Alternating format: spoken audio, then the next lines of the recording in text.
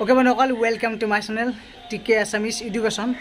আৰু আজিৰ ভিডিওটো হৈছে যে ITI অসমৰ বহুতে কমেন্ট কৰি আছিল যে ITI আসামৰ কেতিয়া অনলাইন লিংক খোল খাব গতিকে এতিয়া ফাইনালি অনলাইন লিংক খোল খাব অলপ টাইমৰ পিছত কাৰণ আজিৰ নোটিছখন ইয়াত দেখুৱাইছো আপোনালোকক যে 3 তাৰিখৰ পৰা যেহেতু মানে 3 ছেপ্টেম্বৰৰ পৰা ITI ৰ অনলাইন ষ্টাৰ্ট হ'ব গভৰ্নমেণ্টে হক ITI হক এটা ৱেবছাইটতে হ'ব আৰু সেই ৱেবছাইটটো হৈছে itiasam.nic.com সো আপোনালোকক মই ডেসক্ৰিপচনত দি দিম বাৰু লিংকটো ITI অসমৰ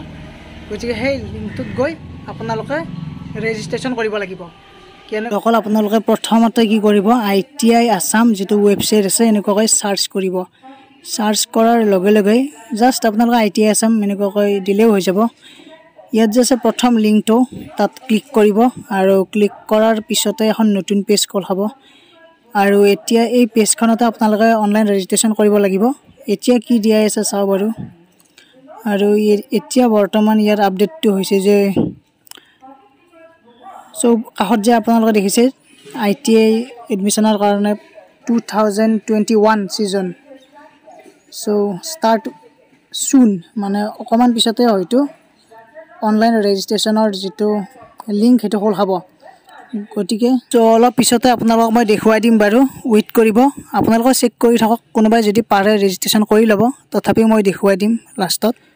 বাৰু এতিয়া ভিডিওটো ইমানতে সমাপ্ত কৰো যেতিয়া ৰেজিষ্ট্ৰেচন লিংক খোল খাব তেতিয়া মই আপোনালোকক স্টেপ বাই স্টেপ দেখুৱাই দিম ধন্যবাদ